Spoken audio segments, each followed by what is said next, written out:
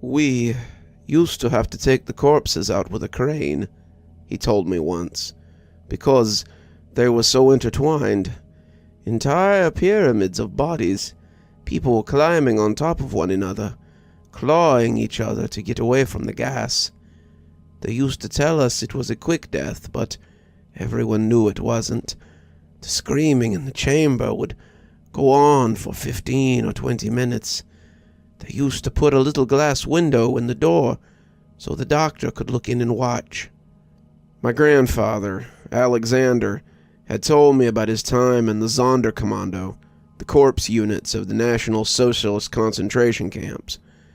He had been arrested in Poland simply because he'd been a leader in his field and an intellectual with a history of supporting Polish nationalism. This had raised red flags, and during a roundup of the intelligentsia, my grandfather had also been arrested and tortured by the Gestapo. They had made him sign something that he never got to read. Then he had been moved to prison and, eventually, to his new job. The day it happened, my friend Bartok and I were on duty. Our job was to lead the people towards the chambers without alerting them or causing a riot.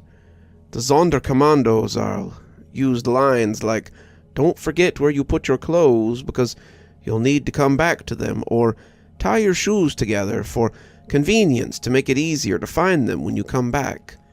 We always emphasized how they would come back after the shower, but I never looked them in the eye when I said it. He stared out the window for a long moment after this, his mug of coffee steaming in front of him. I knew not to interrupt him. He often talked to me about his experiences. It seemed like he wanted to draw poison out of his memories, and letting him talk seemed to help him do it. So the chamber was packed, as always. 800 people smashed into a tiny area, like sardines. To get the last one in, the SS would often beat and bludgeon people. The claustrophobia must have been horrifying. The lack of air, the packed chamber, like a massive coffin. By the time they slammed the door closed, there wasn't an extra inch of space into the entire chamber. In fact, after they opened the door, their bodies would often still be standing, because there was simply no room for them to fall down. Except for the middle of the chamber, of course. There, people lived the longest. They tried to escape from the gas. We would see infants and small children at the bottom of human pyramids, smothered and stampeded. The stronger ones would be at the top, having climbed over the bodies of others to try and get some air at the top of the chamber. The gas did have a tendency to fall, depending on the temperature and the humidity. When they opened the doors, Bartok and I walked in among the others of the Sonderkommando. We used long canes to pull the bodies out. At first, the Sonderkommando would treat the bodies with respect, but after tens of thousands of bodies, you just started throwing them like bags of potatoes. It was our job, after all. He said it with an ironic misery, his eyes getting misty. Bartok and I would then pile the bodies on carts as we brought them to the other teams of Sonderkommandos. One team, which we called the dentists, would rip out the gold teeth so they could melt them down into bars and send them back to Germany. Another would shave all the remaining hair off the corpses. They'd shaved them when they first got there, but any remainder would make the crematorium reek of burning hair. Bartok and I were moving our carts of corpses up the lift elevator when a commotion suddenly broke out in a nearby medical barracks. They called it a medical barracks, but in reality it was mostly a place where doctors experimented on people, where the sick were often given lethal doses of this chemical or that. This also wasn't a quick death, as the person would begin to get agonizing cramps and a burning sensation before devolving into unconsciousness. I had no idea what was going on. At first I thought the SS were trying to prevent a prisoner escape, or maybe someone had already escaped and they were in an uproar. It looked like someone had kicked a hornet's nest. I saw government vehicles speeding in with fully armed troops. The guards surrounded the gates of the camp, a thick ring of black-suited soldiers. I saw a doctor running out of the barracks, blood covering his white lab coat. His eyes looked wild, and he screamed something in German to the soldiers. He kept screaming it over and over again. "Die, Wolfen! Die, Wolfen!" he said. Most of the Sonderkommandos, including myself, knew at least a little German. It was, after all, the administrative language of the National Socialist State, and the Germans never deigned to speak to us in our language, unless they were torturing us or trying to get information. By this time, Bartok and I had paused, a cart full of emaciated, naked corpses lying in front of us. The doctor ran past us, not noticing, his eyes wild. He continued to scream gibberish in German, speaking so fast I could barely understand anything except for 2 words: the girl and the wolf. "What the hell do you think that's about?" Bartok asked me, his blue eyes wide and uncertain. I just shook my head, feeling numb. I hadn't felt much of anything in months, to be honest. I had closed myself down emotionally, psychologically removing myself from the present. I saw much of this as if it were happening to someone else. In my mind, I think I was trying to protect myself. Even now, looking back, I feel like I'm telling someone else's story sometimes. A torrent of gunfire erupted from the medical barracks, and then a woman ran out. It was a nurse, and her face looked like a mask of gore. One eye hung limply from its socket, and her entire left cheek was hung down in ribbons, a flap of skin revealing the teeth behind, like some sort of grotesque half-smile. In her remaining eye, I saw mortal terror and fear. Seeing it coming from our captors loosened something inside me. Bartok felt the same way. We left our carts of dead and turned to run. At that moment, something tore its way out of the barracks. As I saw what it was, I began running with all the energy that my starving body could provide. It was a girl. At least, it had been. She looked no older than 12 or 13, and she wore a striped uniform, soaked in blood. Her arms and legs lengthened before my eyes, forming long claws that erupted from her fingers. Her mouth had formed into a strange rictus grin, with drops of blood falling from her sharpening teeth. Stringy black hair seemed to be growing from her head, and her eyes, they were turning yellow, with slitted demonic pupils gleaming in the center, emanating a bloodlust and fury that I'd never seen before. The SS guards and soldiers had streamed in from the front gate by this point, running at her and shouting orders. Automatic rifles began to fire, and Bartok grabbed my hand and pulled me down to the ground just in time. I heard bullets whizzing over my head, smashing into the crematorium chimney and the surrounding barracks. I knew they weren't shooting at me, but so many soldiers had opened fire that the entire area had turned into a shooting gallery. I looked back and saw bullets ripping into the girl's body. Gore blossomed from her chest, blood and flesh exploding out of exit wounds, covering the bare dirt around her. With a roar, she jumped on top of the barracks, leaping 20 feet into the air. To my amazement, I watched the wounds healing before my eyes. I wondered what kind of strange medical experiment this was that could produce such an effect. Bartok shook me, saying we had to run, we had to get out, but I just stood there, shell-shocked. He slapped me, pulling me up and towards the gas chamber. "We can barricade ourselves inside the chamber," he said. I gasped. "I'm not going to lock myself in there," I shouted, waves of anxiety rising in my chest. I had images of the door slamming closed and Zyklon B being poured through the vents. I shuddered, but we kept running towards it, not knowing where else to go. As we got inside the crematoria, the windows smashed inward, and I saw the girl had followed us. She'd completely transformed by this point. Her skin looked yellow and papery against the long, wolfish frame. Tatters of the blood-stained uniform still clung to her body. I saw no marks from where the bullets had struck her. She ran towards us, lashing out with clawed hands. Bartok pushed me just in time, and I fell, the claw missing my face by a fraction of an inch. I began to crawl away, looking back at Bartok as he began to cry out in terror. I looked and saw him backing away from her, his hands raised, pleading. "I don't want to die. I don't want to die," he kept saying.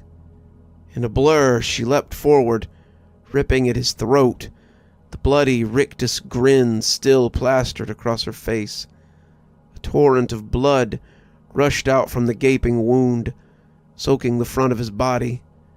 She opened her mouth wide and drank the spouting arterial stream, sucking at it as she held up his body with her clawed hands. When she was done, she threw it aside and looked down at me.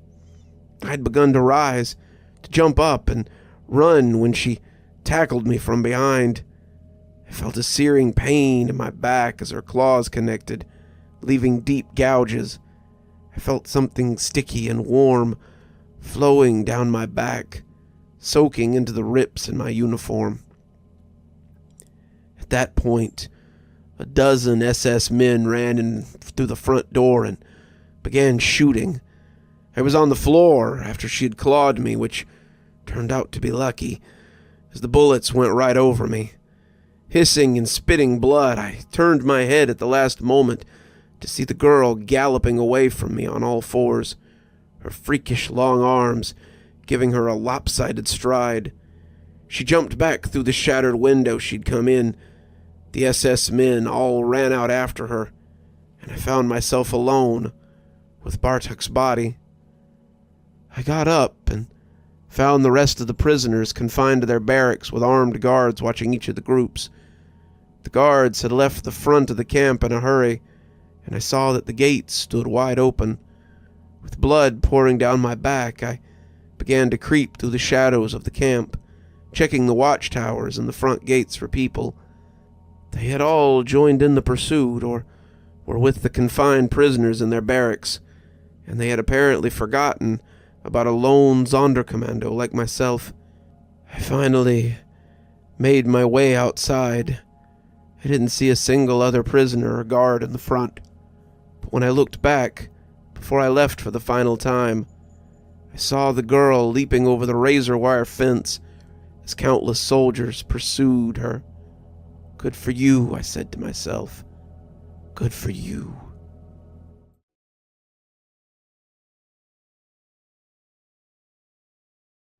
I tried to sleep, but I remembered the black skies, the lightning too.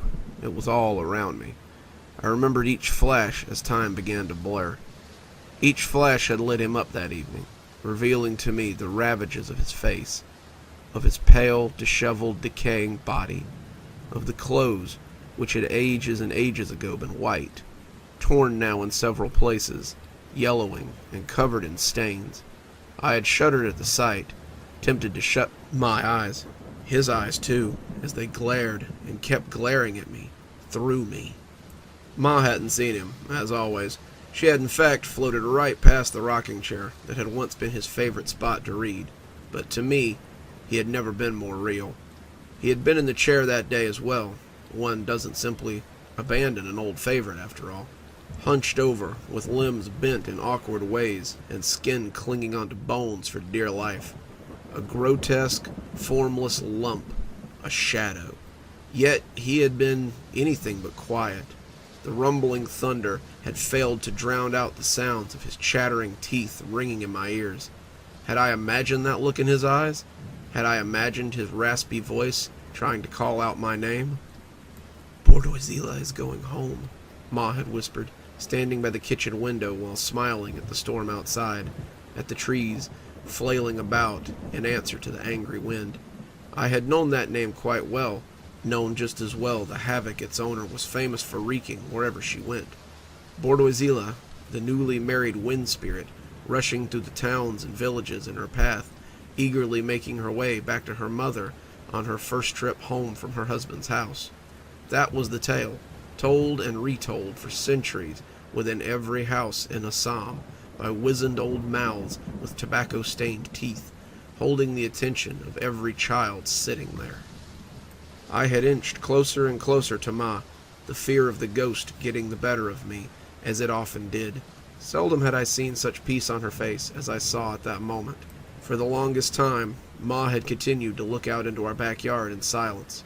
The wind had cried and howled, so loud I had tugged hard at her stole, insisting upon her presence, squealing to her how he had long been glaring at me. Much like on the occasions gone by, Ma had rolled her eyes. Not this again, her gaze had seemed to tell me.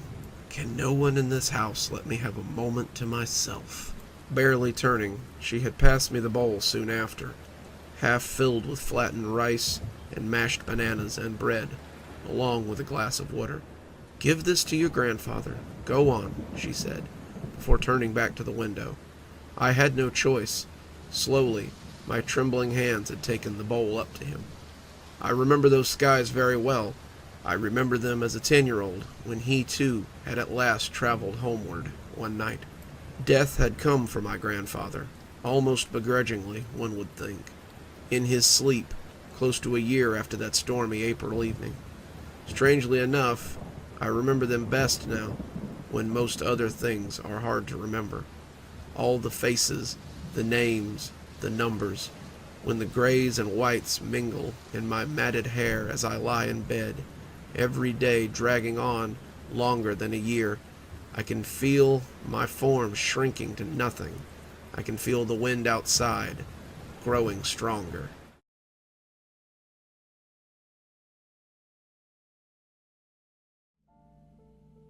I know it sounds silly, but has anyone ever heard this old poem about the clickety-clackety? I don't know if it's just something from my small town that they kept alive or what, but I've been trying to do some research about it for the last few weeks. I haven't come up with much, and I'm looking for help. Honestly, at this point, I'm really begging for someone who has some information on this thing to step forward. But this is the poem I'm talking about. In these woods there lives a puppet. It sits and watches all who pass, with eyes of coal and teeth of rust, with skin crackling and full of crust. With wiry limbs, brittle as spent glass, it moves with subtle creaks and cracks. So if you're ever in the woods and see a puppet sitting near, do not look at it, no matter your fear. Just pretend you're okay. That's truly all I can say. In these woods, there lives a puppet. For some context, I live in the southern edge of Wisconsin. My family has always been pretty savvy when it comes to camping, and it was a big thing for my brother Paul and I growing up. We always had fun during family camping trips. But flash forward 20 years, and my parents have since passed on. There was a bad car accident, and the loss hit us unexpectedly. So, as a little remembrance trip, my brother and I had planned a final journey up into the woods that our family had frequented. It's up near the town of Clements, Wisconsin. It's where my family had always camped, but this time we were going in deeper into the woods, just to have a little extra privacy from the normal campground tenants. Plus, we were planning on getting a little drunk, so we didn't want any officers kicking us out. So, we made our plans. We were going to meet at 3 p.m. on Friday afternoon in the parking lot of the Clements Park campground, after which we'd head up north for a couple of hours. We'd found a decent spot in a clearing through Google Map, and we wanted to check it out. After all was said and done, the plan was to head back to our cars on Sunday afternoon. It was just a dumb, drunk, grieving kind of weekend getaway. We both wanted to talk things through, but neither of us could really be described as the going through armchair therapy sort of people. This is just how we handled things. But once Friday came around, things immediately went south.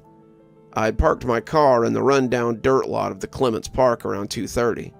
There were a few scattered cars of other campers littered around the dirt field, but nothing really of note.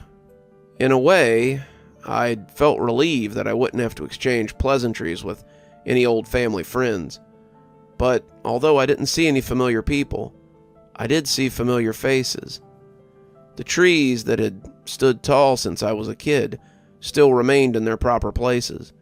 They held on rebelliously firm to their plots and were left untouched by time. If anything, they had appeared larger to me that day.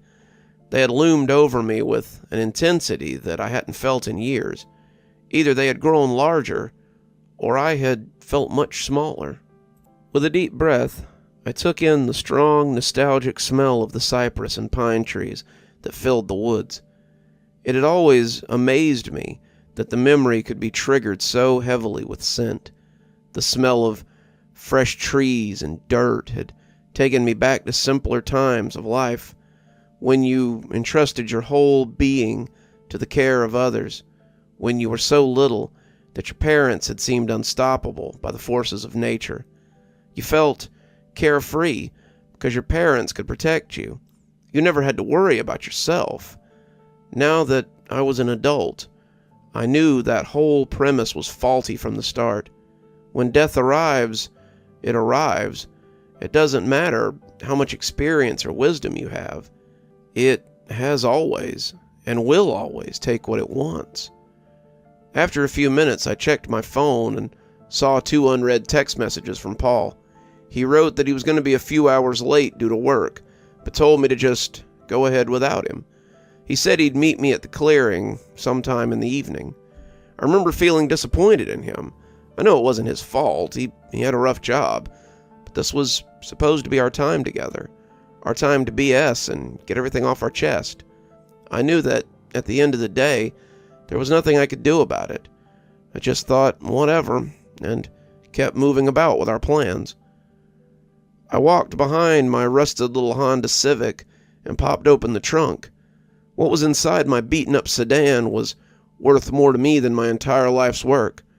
Right in front of me lay the same beaten-up rucksack that my dad had always taken with us. When he passed, my brother and I found all his camping gear still prepped and ready to go in the garage. At that point, we hadn't camped together for at least a decade. As a man, I held back tears as we found it. I think Paul had too. "Hey, Dad," I remembered saying as I picked up the heavy bag. "We're going on another trip together. Paul will be here soon." I looked towards the dirt path leading deeper into the woods and knew it was going to be one hell of a trek forward.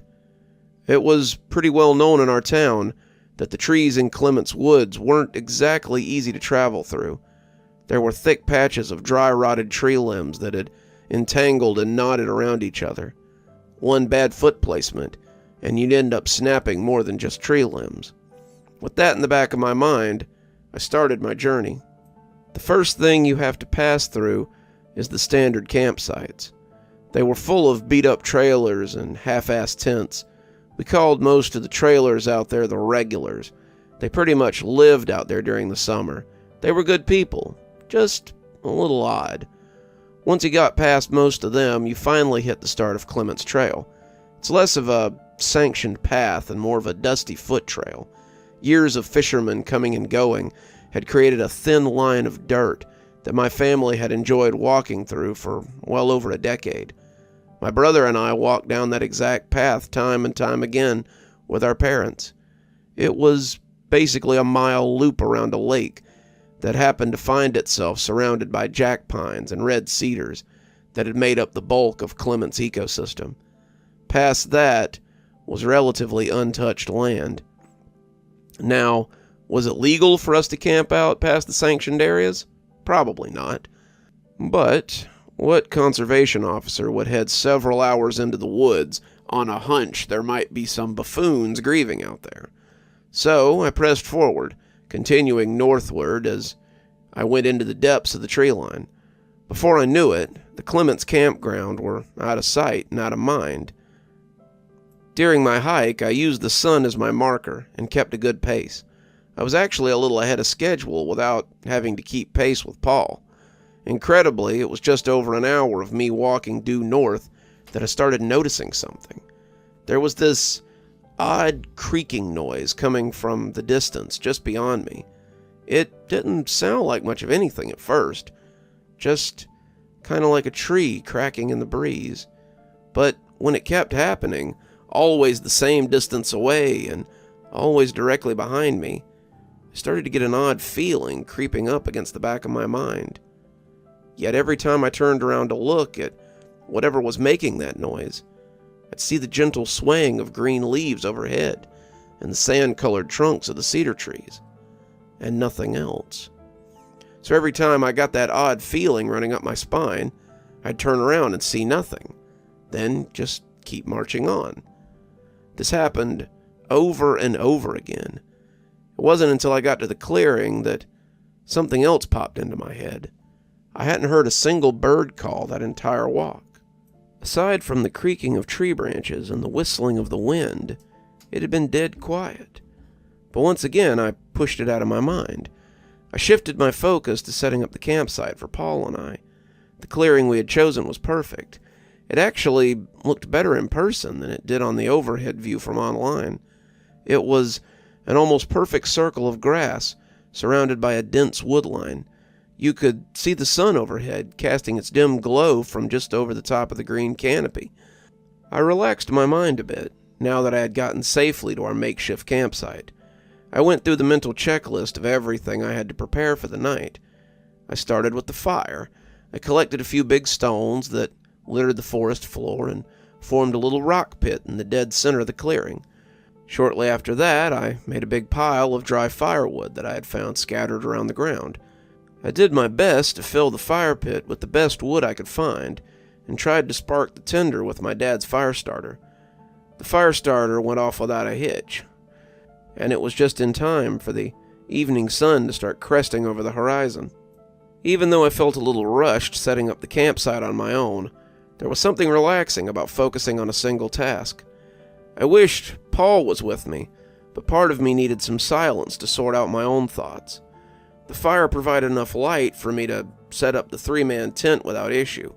Before long, I was sitting by the fire, getting ready to open up the cooler and have a drink. That's when I finally got the text from my brother. "Hey, just FYI, I just got here. I'll be there in about 2 hours." I know a lot of you probably think hiking in the woods in the dark is stupid. You're right, we aren't the brightest tools in the shed, but we had an oversized ego for our capabilities. We'd been hiking and camping on our own for so long that it felt like second nature to us. I just texted him back with my thumbs up and fished out a drink. I sat my back against a broken cedar trunk near the fire and looked at my handiwork. "Here's to you, Mom and Dad," I muttered, before having a sip of my drink. Before I knew it, the cans had gathered next to me, and my eyes had gotten heavy. My eyes were half closed when I heard the same clinking noise I'd heard earlier. It was just outside the clearing, in the darkening woodline. My eyes drifted towards the edge of the trees and focused in on something directly across from me. There in the darkness of the sunless forest was a vague shape of something. It was barely noticeable in the shadows. It stood about 4 feet tall, and it was facing me. I slowly leaned myself forward off the tree trunk, my eyes fixated on the small, dark form. I was expecting it to turn and run away from me. It wouldn't have been the first time that I'd been spooked by a deer in the night. I thought to myself that any second now I'd hear the skittering of the deer hooves as they scampered back into the woods. But that's not what happened. As my eyes were focused on the little shape, it started to walk towards me. And by walk, I mean walk. Even with it being cast in shadow, I could tell that it had the frame of a small child. It was deathly thin and gaunt. It moved with a sense of weightlessness to it. The moment that it passed into the camp's clearing, the fire licked its face with light. Even through my drunken eyes, I could see what it was. It was the face of an old wooden marionette. I felt my heart lurch up in my throat. My body had instantly skipped the fight-or-flight response and went straight into freeze. I could no more lift a finger of my hand. All I could do was watch and examine the puppet's features. The wood was old and weathered, cracks and chips layering its pale skin. The eyes themselves were dark and empty, and the mouth was just a gaping hole full of rusted metal false teeth. It had what appeared to be human hair matted over its wooden scalp. It was just staring at me. Time passed, and it just kept staring. I worked up enough courage to slowly slide my hands towards my flashlight. I slowly aimed the bulb towards the thing at the edge of the camp and flipped the switch. Immediately, the puppet shot its hands up in the air and jittered its way towards me. Loud cracking and popping of aged wood filled the campsite. Its feet had glided its way over the forest floor as if it were floating, its knees bounding high up in the air with every mocking step. The clattering sound of wood on wood jangling in the empty void of darkness still haunts me. I dropped my flashlight and fell into the fetal position, completely curling up. My subconscious told me that I was already dead, and my body had totally given up in response. I counted the seconds in my head, waiting for whatever nightmare was about to befall me. But it didn't. I lay on the forest floor in a tight ball for God knows how many minutes. Eventually, I worked up the courage to take a glance at my tormentor. Through my fingers, I peered into my campsite, praying that the thing would be gone. But the puppet was still there. It was now halfway between the fire and me. The wind was blowing against its hardened skin, creaking its body ever so slightly with every gentle gust. Out of its mouth came a light clicking noise, almost like an infestation of woodworms, all calling out. What do I do? I remember repeating in my head, what do I do? Then I remembered the poem from when I was a kid. I remembered what it said. Just pretend you're okay. So I slowly sat up and kept the puppet in my peripheral vision. It turned to face me, but I did my best not to pay attention. You're at camp. Act like you're at camp, I silently recited to myself. I noticed that the fires of the fire pit had begun to dim. I needed to stock the pit again before the light went out completely. I looked over to the large stock of dry wood I'd collected earlier. I thanked God that I'd been smart enough to make a pile before sitting down for the night. The timber couldn't have been more than 10 feet away from me, but when I went to take a step towards the dry wood, my legs nearly gave out from under me. I was shaking bad. I heard the puppet began to creak its way back up behind me. Maybe it noticed my fear. Maybe it knew I wasn't acting right. My intuition was flaring up in my mind like red-hot coals, that this thing wasn't just something I could run from. I had to play the game. Get the firewood. Don't acknowledge it. Just get the firewood. I straightened myself up and walked as casually as I could over to the bundle of fallen tree branches and limbs. I picked up a large handful and turned around. The marionette was standing just behind me, its coal-black eyes looking at my face. The clicking noise that was escaping its mouth sent a nearly uncontrollable fear through my body. But I pressed on. I walked in a straight line towards the fire pit, narrowly missing the wooden body of the doll. I took a knee to be near the warm flames and dropped the wood down next to me. Handful by handful, I placed the branches in the pit. The creaking of the doll had made its way over to my side as I stoked the flames. I glanced down at my thigh as the doll placed its thin, rotten hand against me. At that moment, I wanted to jump up and run away as far and as fast as I could, but instead I ignored that feeling. I ignored it as the tears welled up in my eyes. I took a stand near the fire and gathered my strength. I closed my eyes and took one last breath of night air before walking over to the tent. As soon as I walked into it, I zipped the door closed behind me. I saw the silhouette of the puppet standing right on the other side of the plastic sheeting, illuminated by the fire behind it. I finally cried. In hushed tones, I cried as long as I could remember. I went to look at my cell phone, let my brother know not to come down there, to tell him to go back to his car and get the conservation officer out here as soon as he could. But when I reached for my pocket, it hit me. I'd left my phone outside near the broken tree stump. I glanced back out at the shadow just outside my tent. It was facing me. It felt like it could see me through the thin layer of fabric that lay between us. I tried to gather up my courage to walk outside my tent and grab the phone, but I couldn't. I just sat there in my tent until I heard footsteps walking up to the campsite. "Hey, Jules, you up?" I stayed silent as Paul called out to me. "Sorry I'm late, but..." "What the hell is that?" he gasped. I heard the panic in Paul's voice. I watched the shadow as the puppet turned to face him. Its arms and legs jerked violently in the air. Paul turned as fast as he could and ran out of the clearing. The puppet followed him with impossible speed. It glided, its dangling, flailing limbs in the air as it began its chase. Not even a minute later, I heard a horrified yelp, then complete silence. I stayed in the tent all night, numb, broken, defeated. I just continually asked myself why I didn't say anything, why I didn't do anything. By the time morning came, I had left camp, picking up my phone and trying to dial Paul over and over again. There was never an answer. I left everything I brought in that exact spot. I never went back for it.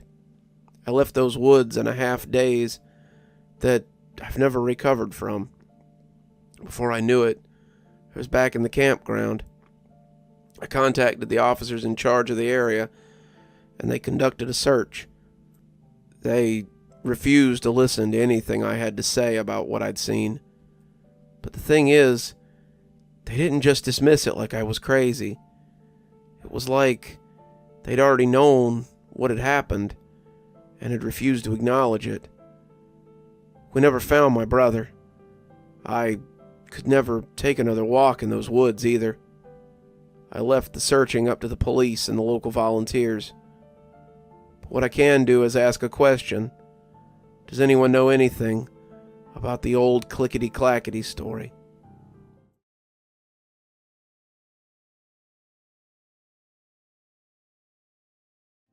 Have you ever met a serial killer? I think I did, and I'm relieved that I didn't know it at the time. I used to chat a lot on MSN Messenger when I was in college.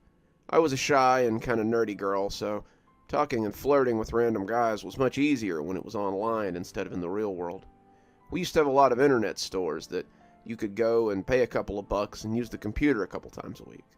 I mean, it was the early 2000s, and technology wasn't available to everyone just yet. Sometimes it was just writing, and sometimes we'd use the cameras. There was this one guy that I remember really well. He was a lawyer, or so he said. He always refused to use the camera, even after we'd known each other for about a year. He was witty and funny, and I really liked him. He was a little bit older than me, and he was pretty good at sex talk, which was somehow appealing to a girl in her late teens. He was always asking personal questions. Where do you live? Do you live alone? Do you live with your family? Do you have a boyfriend? Can you travel alone? Of course, I always diluted the conversation and never gave him any information. Sometimes I would tell him a fake story, but then he would ask details and I would end up telling him that it was fake and laughing about it. You would think it would bother him, but it didn't. He would always laugh and say it was just my wild imagination. I think our virtual relationship lasted for about 3 years. Now that I'm thinking about it, it lasted until I graduated college. One time he came to town where I was living. I was in my senior year. He said it was for work and insisted that we meet up. I agreed and told him about a coffee place where I like to drink coffee. He declined and said he had to work all day and that he'd be available after 9 p.m. and proposed that we meet in the apartment where he was staying.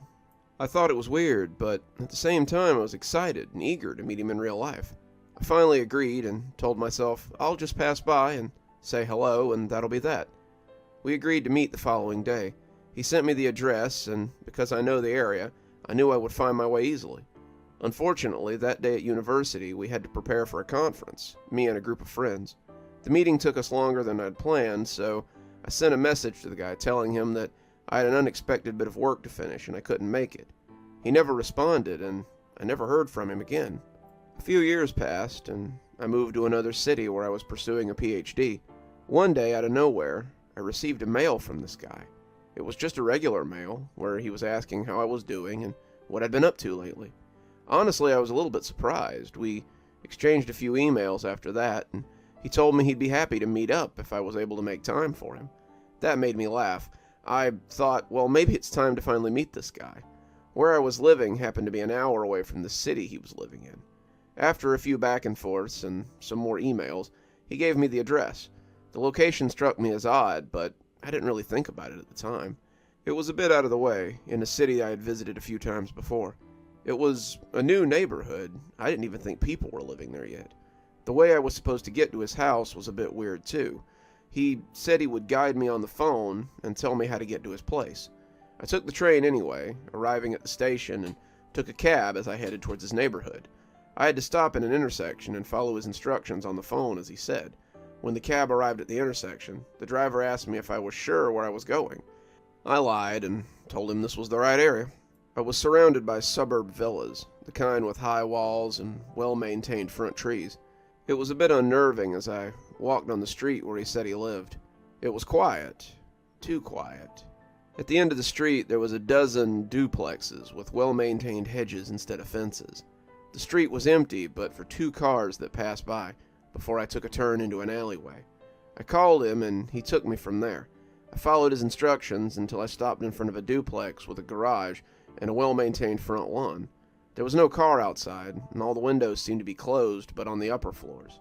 A space in front of the garage was unexpectedly clean, and for a moment I thought maybe I had missed the right house. That's when I heard him say on the phone, "I can see you. Come on ahead inside." Then I looked up and saw the curtain dropping. I felt a real sense of unease, but I ignored it. "Come on, don't be silly. I know this guy for almost 6 years. I'll finally get to meet him in person," I said to myself. I stepped towards the front door, pushed it when I came inside. It was the entrance to the duplex, leading up to a small lobby with stairs. The lobby was completely quiet, as if no one else lived here. I was about to close the door when, for some reason, I decided not to close it and just push it quietly. I went upstairs and saw number 11 on the door on the right. Before I could tap on the woody door, he opened it wildly. The inside of the apartment was kind of dark because of the lack of natural light. He stood there, wearing a black shirt and gray pants and bare feet, which was odd. He was partially bald and neatly shaved. He smiled and stuck his hand out for me to shake. "Well, hello there. You finally decided to do it, huh?" Something in his features was unsettling, as if he was up to something. It was as if I could see in his cold gray eyes something I couldn't explain that made me feel in danger. I reached out my hand to greet him. The moment his hand touched mine, a chill ran down my spine. "Yeah, finally," I responded out of politeness. My uneasiness must have shown on my face. He shook my hand, but he didn't let go of it, and his grip tightened. "I don't like it. I don't like this at all." "You can let go of my hand now," I said, with false amusement. He grinned, but he didn't let go. At that instant, I went into fight-or-flight mode. My heart started racing and all my senses went crazy. He grabbed my hand and tried to pull me inside. I threw politeness out the window and yelled, "Let go of me! I said let go!" I was standing on the threshold. I gripped the wall with my left hand and tried to pull away from him. When I looked up, I saw the creepy expression of a predator and a smile that said, "I finally got you." I was not only trapped, but I also knew that no one would hear me outside the duplex. Even if someone could hear me, they'd have no idea where the screams were coming from. He wasn't a big guy. He was around my height and maybe a little overweight. Otherwise, he was able to easily overwhelm me. So I took my chance and let go of the wall and stepped inside. It caught him off guard, and I grabbed the doorknob with my left hand and began to slam the door repeatedly on his arm as he tried to walk me inside. He finally let go of my hand, and I heard a grunt as he fell over inside. I thanked God for my decision to leave the front door open. I ran through the quiet alleyway without looking back until I reached the intersection. I looked behind me, but I saw no one, so I continued running. I couldn't find any cabs in the area, so I ran nearly 10 minutes before spotting a cab. While running after him, I yelled the taxi down and waved my hands. He must have seen me in his rearview mirror because he came to a complete stop. I dashed to the cab, shaking uncontrollably as I got inside. The driver gave me a wide look and was about to ask me a question when I blurted out, "To the train station. Please, hurry." He gave me a brief look before resuming the drive. I arrived at the station, purchased the ticket, and then boarded the first train to my hometown. I switched off my phone because I was afraid that he would call or message me. When I arrived, I went to the train station convenience store and pretended to look for something. I knew they'd have cameras there, so if he followed me, I'll be caught on camera. I spent nearly 10 minutes wandering between the aisles. Finally, I went up to the cashier and bought a bottle of water. On my way home, I took 2 cabs in opposite directions to confuse anyone that was following me. I didn't feel safe until I got home and shut the door. For a brief moment, I considered calling the police, but what would I say to them? He didn't do anything. I hadn't been harmed, and I'm an adult who understands what I was doing. I cursed my stupid lack of self-preservation. I told no one about this misadventure and vowed never to go through another dangerous situation like this again. I never heard from the guy after that, but it took several months for me to completely forget about the encounter and move on with my life. Until this morning, that is, when I was reading the newspaper and noticed a familiar face, a face I'd never forget. The photo was titled MSN Predator, the serial killer who lured his victims to his home and never let them leave. According to the article, all 24 victims were young women between the ages of 17 and 23, whom the killer met on Messenger. During the interrogation, the defendant stated that some of his victims had been chatting with him for more than 2 years, and only one girl had slipped between his fingers twice, as he put it, because she was somehow smarter than the others.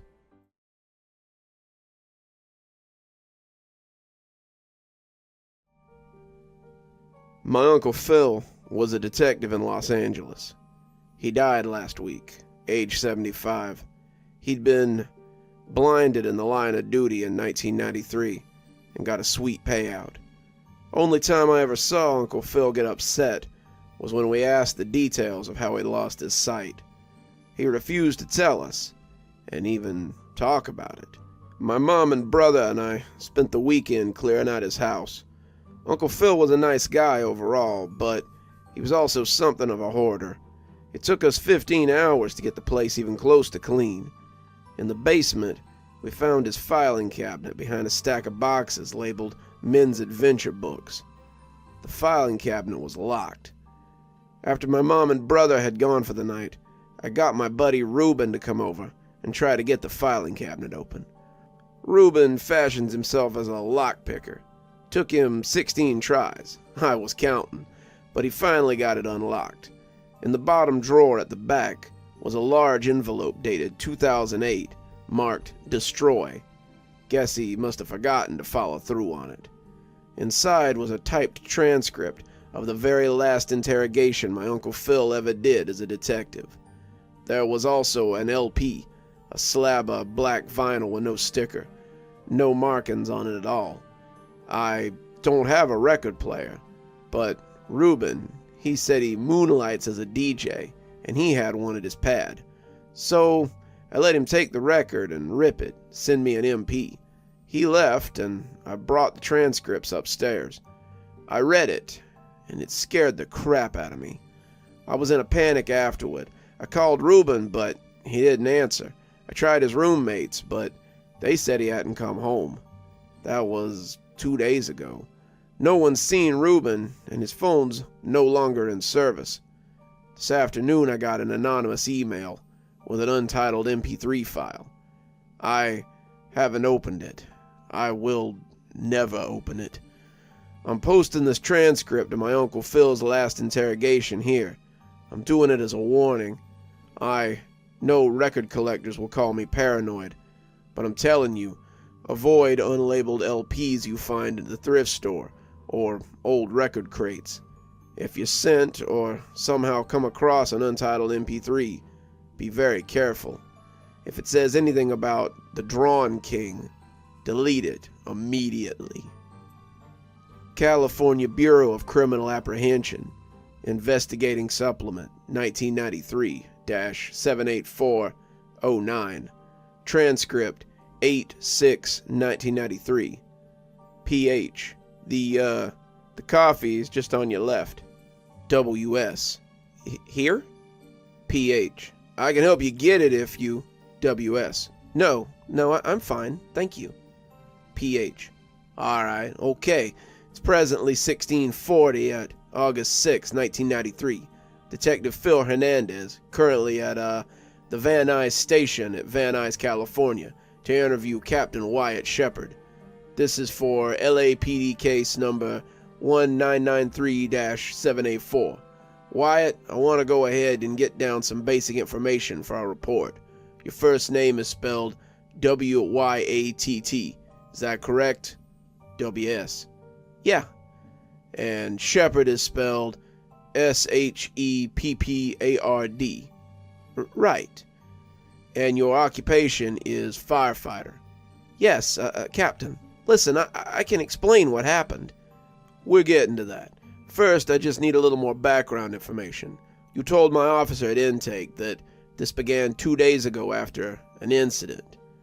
You have to understand, I tried to stop it. Wyatt, I need you to start at the beginning. I need you to take me back to the night of the fire at Burbank. You just told my officer that all this, everything that went down with Mr. Carson, it started with the fire. I want to hear why you think that. Okay, it was the apartment. That was the fire at the Oakcrest apartment on Myers, right? Right. Our engine was the first one on the scene. A 2-alarm on the second floor. Everyone had been evacuated by the time we got there. All but one person on the third floor. The east corner. The manager said his name was Nash. Something Nash. The man was a recluse. Hadn't been out of his room in something like 20 years. Had his food, his clothes, all his stuff delivered to his door. Never stepped a foot outside. So the manager told me. You, went to Mr. Nash's door? Brought him out? Wasn't that easy. Fire was spreading quick. Me and Tomlinson, Nadia Tomlinson, part of your truck company? Yes. She and I took the east stairs. It was smoky, but we still had visibility at that time. Mr. Nash didn't respond to our knocks, our shouts, so we used a battering ram, took down the door, and then stepped inside. That's when we noticed that it was weird. You mentioned weird how? The whole interior. These were regular apartments, built in the 50s or so. 1 or 2 bedrooms, most of them. Typical layout. Not this guy's place. His apartment was totally modified. All the walls were rounded out. Rounded? What do you mean? He'd smoothed them all down to remove the corners. There were no corners in the place. No windows either. It was like being inside a big egg. He had painted them white, too. Wasn't done professionally, if you know what I mean. It was clear that the work was of one person over years and years, just filling in the corners, smoothing them out. And the furniture was like that as well. Yes, all the chairs were beanbags. The tables were sliced tree trunks. It was crazy, but we weren't in there to examine the decor. We were in there to get Mr. Nash out. But he wasn't gonna come easy. He was guarding this wall full of records. Like the records you smashed at the station. The records I smashed and scattered across the field behind the station. Yeah, we found the pieces. But you didn't put them back together, right? You couldn't do that. No, we haven't put the pieces together. You need to burn them, to melt them. Wyatt, we've gotten off track. Tell me about the apartment.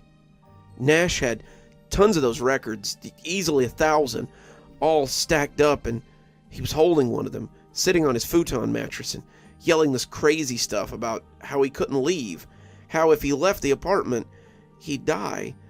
You gotta understand, the building was heating up. Smoke was filling the hallways. We had to get out, so we went to grab him, and that's when he pulled the revolver. He put it to his head, said he'd rather lose control over his own death. As me and Tomlinson were getting close, trying to calm him down, he pulled the trigger, and it didn't fire. It was an old firearm. I didn't get a good look at it. Maybe it was busted. Anyway, I was able to smack the gun out of his hand, and we got him up and out. That's when you lost him. I didn't. We didn't lose him. We got out into the hallway, and he was carrying on, acting crazy. The smoke was so bad. We had respirators on, put one on him too. Had the added benefit of keeping him quiet. We moved fast down the hall towards the stairs, but the flames were coming up, right up behind the floor, so we had to stop. This is right outside the apartment, 312. Yeah, somewhere near there, I guess. I wasn't looking. Okay, go on. So I have Mr. Nash back in the corner, right behind me. Tomlinson is radioing down, trying to get help, trying to help the guided crews. They've got the hoses hitting that part of the building, putting down those fires long enough for us to get back. Maybe it's been 2 minutes? Probably less. Nash is right behind me, holding one of those records and mumbling all scared. He's terrified and pulling on my coat. I turn and look at him, tell him it's only been a few seconds. That's when he shouts something freaky. He says, "He's here." I asked Nash who he was talking about, because I was worried, you know? Did we miss somebody? But at the same time, I had to turn back to Tomlinson, because she was giving the signal that we can move forward. That's when I hear it. You said it was a whistle. Yeah, it was like a little lullaby. Just a few notes, sing-songy, the way you'd do to a baby. Someone else in the apartment building? No, it sounded further away than that. Like from outside, like above the apartment building. But that's just what I heard, a whistling, a tune. The thing is, fires are loud. That's what most people don't think about when they sound like tornadoes. Just this blasting industrial sound. But I could hear that whistle over the flames. It was crystal clear. And it was just the once. Yes, just the once. And this guy Nash, he screams like he's being murdered. The worst scream I've ever heard. He's behind me still, right? I haven't turned around or anything. But I've heard people screaming before. In fires. Several times. Horrible sounds. It'll haunt you. When I tell you that, they say, "Oh, you must hate going to amusement parks." But that's not it. People screaming on roller coasters or... right. But that's not the same sound. What I'm talking about is actually it's playgrounds. I can't go to regular parks. For me, it's hearing children scream, even if it's because they're playing, having fun. The pitch is high and piercing, and that's what someone dying in a fire sounds like. Broken glass, screaming as the superheated air hits the lining of the throat. Anyway, this was worse than that. To be honest, it sounded like Nash was being turned inside out. So of course I reacted. I spun around to him and he's gone. He's just gone. And the record he was holding is lying there next to a little pool of blood. That's it. Poof. And Mr. Nash couldn't have just snuck past you. How? I had him in a corner. My back pressed up against him. I would have felt him push past. Would have seen him going down the hall. No. He was just gone. Vanished. All right. You you can't find him, you get back outside. We looked. We looked everywhere, but the fire was growing and the other engine hadn't showed up yet. So we had to leave the building. I took the record and we exited. The next 3 hours we fought the fire. Didn't put it out until nearly 2 in the morning. The record was supposed to be handed to the officer on the scene. I know, but in the chaos, it ended up with us, in the engine and then back to the station. As soon as I noticed it, I called Stefan. Officer De Novo. Yes, he's a friend. We belong to the same gym. We know a couple of the same people. So when I saw I had the record, I called him. He said I should hang on to it and he'd swing by the station to grab it the next day. It wasn't like we considered the thing evidence, or right then it was just Nash that was missing. That record have a sleeve or a jacket or whatever? No, it was just a disc. Corners, right? A sleeve would have had corners. Your truck company consisted of 5 firefighters. You, Captain, Nadia Tomlinson, Lieutenant, Dave Carlson, driver, Jalen Ordelia, and Grace Zhang, firefighters. Yes, and they all saw the record. We looked it over together. Was there anything written on it, or... Yes, the label. It was printed. Like, this thing was pressed and legit. I don't know much about vinyl, but it didn't look homemade or anything. And what did the label say? It had some numbers, and then just this one phrase. Not like a song list or a band name or anything, just this one phrase printed on it. It said, "Play me, and I'll come to you." And did you? Yes, but we did. We put it on the turntable in the break room, and all of us sat around and listened to it for a few minutes. First 15 seconds were just tones, like electronic noises. And then there was, I don't know, like a field recording, like someone was outside with a microphone. There was wind and chimes and maybe trees rustling. Then footsteps, crunching on rocks and pebbles. Then a voice came on. It was Nash. You're saying he made the record? It was his voice for sure, but like a lot younger. I'm guessing it was recorded 20 years ago at least, maybe even longer. What was he saying? It's like a spell, near as I can describe it. It's him speaking English and chanting stuff. I can't recall all the words, but the phrases were a bunch of craziness.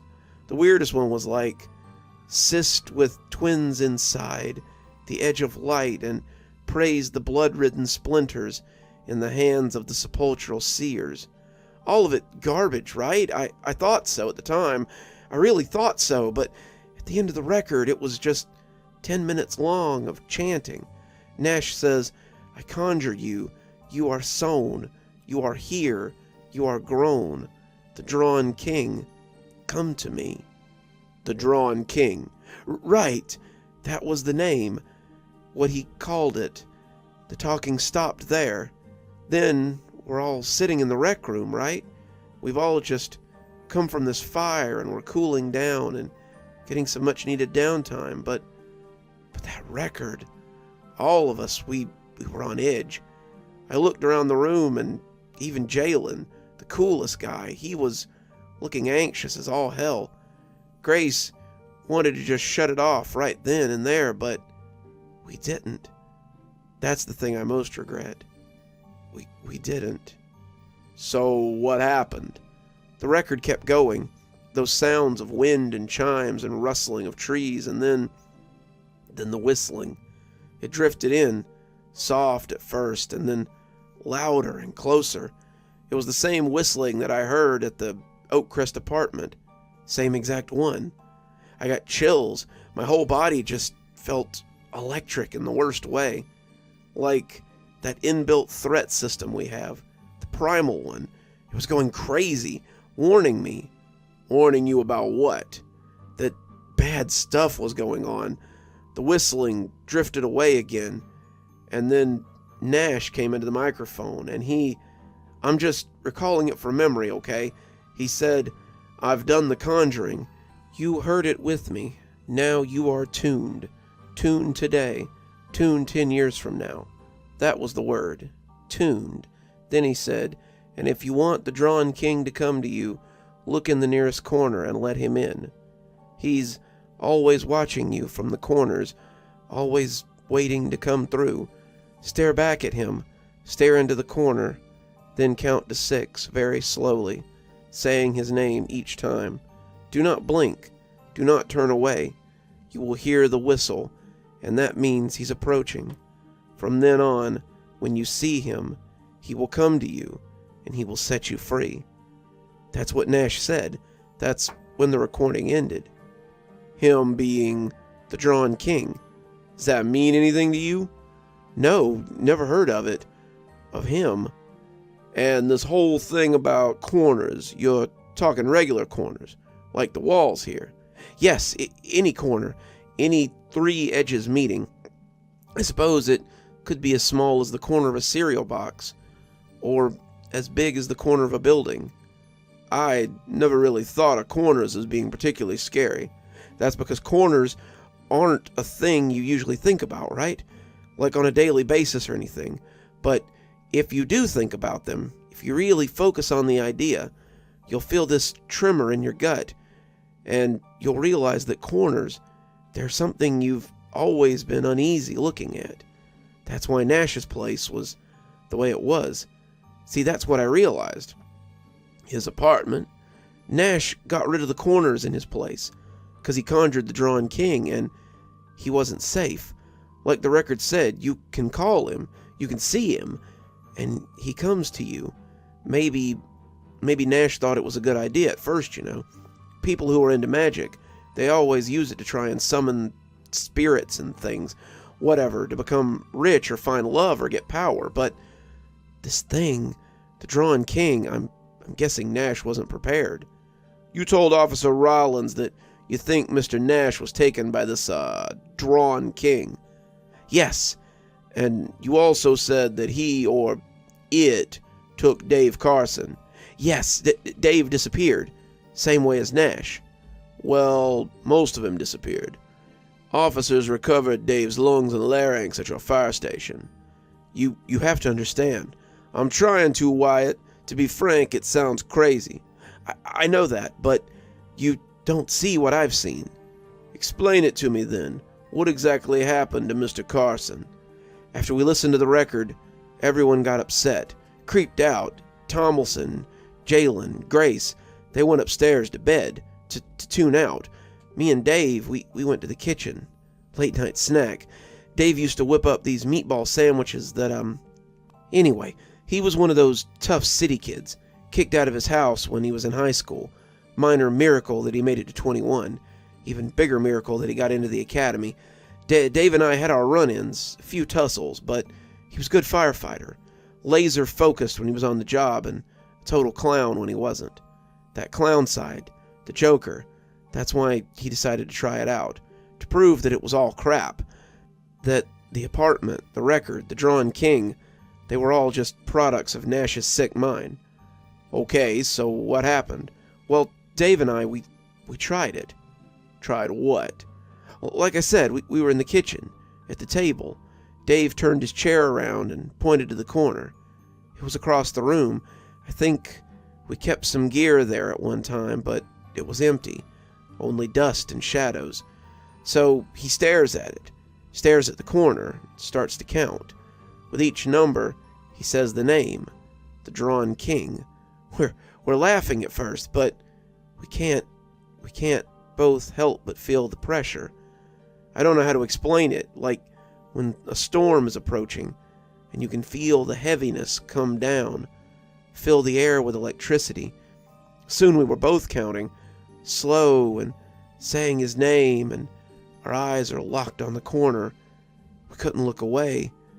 So we get to 6, and that's when we hear it. The whistle. Like at the apartment fire. Yeah, just the same. Just as haunting as on the record. A lullaby. Just a few notes. And this was coming from outside. It was distant, like on the edge of hearing, but it wasn't outside. It sounded exactly like it was coming from behind the corner, like right inside of it. And you went and looked? I jumped up with my flashlight and walked over, keeping the beam on the corner. There was nothing there, just dust. Me and Dave were both shaken, though. Had that rubber-legged feeling you get when you step off a roller coaster. Adrenaline pumping through us. We went upstairs and we came up with all sorts of ways to dismiss what had happened. And the rest of your company, they were asleep. None of them heard that whistle? No. All right, go on. I was in the bathroom washing my face when I heard it again. The whistle. Only it was real close this time. Too close, like right there in the room with me. So I look up into the mirror and I see the corner of the bathroom behind me, and I see him. I swear to God, I see him coming out of the corner, staring right at me. Who was staring at you, Wyatt? The Drawn King. I just knew it was him. This was a person, maybe once, but something horrible had happened. He was on the floor, crouched down like an animal, peeking out from the corner at me. His face was all twisted. Twisted? Twisted how? A couple years ago, we were called to a food processing plant. Guy there, he fell into one of those industrial mixers, the kind with the massive stainless steel whisks. It pulled him like taffy. Taffy with bones in it, and that's what the Drawn King looked like. Only he was moving, alive, staring at me. I closed my eyes, and when I opened them, he was gone. That's when I heard something downstairs. And Dave Carson, was he upstairs with you still, or? He was in the bay, holding an axe and a flashlight, looking under the engines, all panicked and sweating. Dave nearly cut me in half when I came up on him. I'd said his name aloud, but he was too far gone.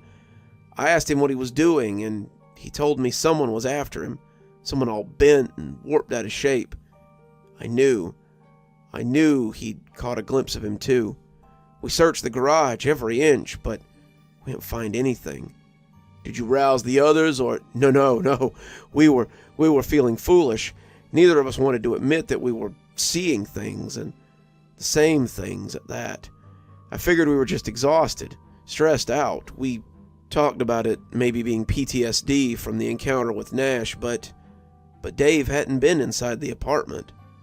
So we turned on all the lights in the kitchen and just sat there. Tried to stay calm. We had some tea. Dave said he thought it could be something he'd read about in a book when we were taking classes at the community college. Something called folie à deux. That's a mental condition, correct? Yes, it's where two people share the same psychotic delusion. Like seeing something following you. Something coming out from the corner. I mean, I'd never heard of it before, but it made sense. We both had listened to the record, stared at the corner, counted and said the name. We heard the whistle. Maybe we both had a mental break at the same time, you know? Stranger things have happened, right? Anyway, that kind of calmed me down. Calmed us both down. All right. There was no way we were going back to sleep. Dawn was close. Lights were all on. And after a couple hours of quiet, of not seeing anything, we kind of felt stupid. Like kids who scare themselves telling ghost stories or trying to freak each other out. Nash, the record, it had all gotten under our skin. Dave wanted to smoke. He'd do it in the parking lot out back. This time, though, we kept the door open, just in case. I don't know if it was so we could keep an eye on each other, or for me to keep tabs on him. Again, our nerves had gotten fried. Our minds were getting the best of us. So Dave goes over to the door, pushes it open, and steps out. But he keeps his foot there, so, I can see him. It's dark out there, but there's a light in the lot, so it's not like... Anyway, he lights up a smoke, takes a couple drags, kind of laughs. I remember that. Then we hear it again. The whistle. Only this time, it's okay. Take a break. What'd you hear? The whistle. It wasn't like before. It wasn't off in the distance or above us or outside in the corner. It was loud, like thunder, enough to make us want to cover our ears, like an air raid siren, and Dave turned to look at me, and we both knew. My God, in that split second we both knew, and I don't know how to describe it, but it was like our souls just shattered. He knew it was the end. His eyes locked onto me, and take your time. He screamed. Dave screamed the same as Nash, the same as someone being burned alive. As he screamed, his eyes just boring holes into mine, his pain and fear, and he turned to look outside at the corner of the station, and as the Drawn King grabbed him, he dragged Dave inside on his belly. Dave's nails grinded desperately against the asphalt. The door slammed shut. You saw this. Yes, I saw the Drawn King's arm, his hands. Those fingers were too long, too sharp. He had Dave by the back, and there was blood spraying everywhere.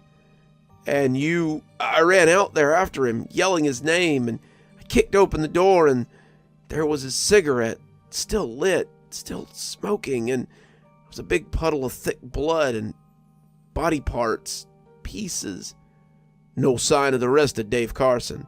No sign. I swear to God, he was gone, and this Drawn King took him. I know how it sounds, okay? I do. But you didn't wake the others or call the cops, right? You did something else. Yes, I went back inside, into the kitchen. The record that Nash had made, it was sitting there on the counter, and I smashed it.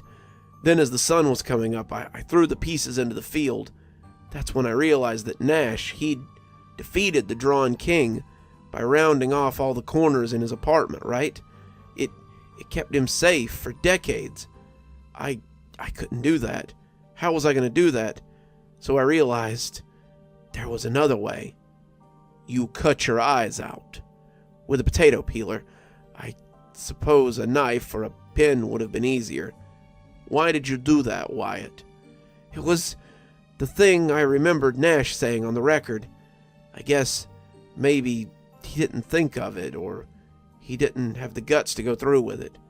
Me, I didn't want to be trapped like a zoo animal the way he was, so I figured I'd do the other thing. If I can't see the Drawn King, then he can't come to me. I'm pretty sure my 5-year-old nephew thinks the same way. Obviously it worked. I'm here, aren't I? Yeah, you're here. It's a good thing those records burned, that I smashed up the very last one. Dave Carson's dead, Wyatt. Torn to pieces, basically, and you're the last person seen him. I should remind you that according to your company, Nadia Tomlinson, Grace Zhang, when they came downstairs at the fire station, they found quite a scene. Your eyeballs on the kitchen counter, Dave Carson missing, big puddle of blood, you babbling about things coming out of the corners. That's a bad look. Miss Tomlinson, she says you were acting strange after the fire, after listening to the record, and as you said, you and Dave had run-ins before. I didn't kill him. Your fingerprints were on Dave Tomlinson's windpipe. His blood was also all over your hands. I told you that's how I found him. You're going to be charged with Mr. Carson's murder, Wyatt. Well, I won't be convicted. I didn't do it. I'll prove it in court. We got a lot of evidence to the contrary. And besides, I've heard the record. What? Sit down. Now listen to me. In the basement of the Oakcrest apartment, there's a storage room that survived the fire and the water. We did a thorough investigation and found 2 boxes of Nash's records. I listened to one of them last night. Your description is very accurate. In fact, I got the record here on the table in front of you. So you know. It's just a creepy novelty record is all. A joke. The contents of the box, the other records, we dropped them off at a donation center. Please! I don't want this to... Do what, Wyatt? Confess to killing Mr. Carlson? No. Wyatt, you're kidding me, right? You think that if I look at the corner right now, if I, what? count to 6 and say the Drawn King over and over again, that he'll appear like Mephistopheles? Please, I'm begging you. You heard the record. I'm going to prove to you that the Drawn King don't exist, that you've been tainted by that record, by your own mental illness, your deep-seated hatred for Mr. Carson. Don't. For the record, no pun intended, I'm turning on the record to my left, on the floor. It's empty, maybe a dust bunny or two. Certainly nothing scary or twisted there. And I'm staring at the corner. Here we go. 1, the Drawn King. 2, the Drawn King. 3, don't do this, detective, please. 3, the Drawn King. 4, the Drawn King. 5, the Drawn King. I'm begging you. I'm begging you. 6, the Drawn King. And now, how long, Wyatt? No. I don't hear nothing. No whistle, no creepy noises at all. And I'm looking and nope, there's no person hiding in the corner. Guess I was right about the dust bunnies. Note, an audible whistle is heard on the tape recorder. It is of medium volume, melodic. Oh, God. Don't mess with me, Wyatt. You heard it. You heard it. He's coming. I'll be back in a few minutes. You stay seated and... Jesus! What is... You see him. I know you see him. What is... No. Use your pen. Use your pen. There's a garbled scream, believed to be from Detective Hernandez. Tape cuts out then.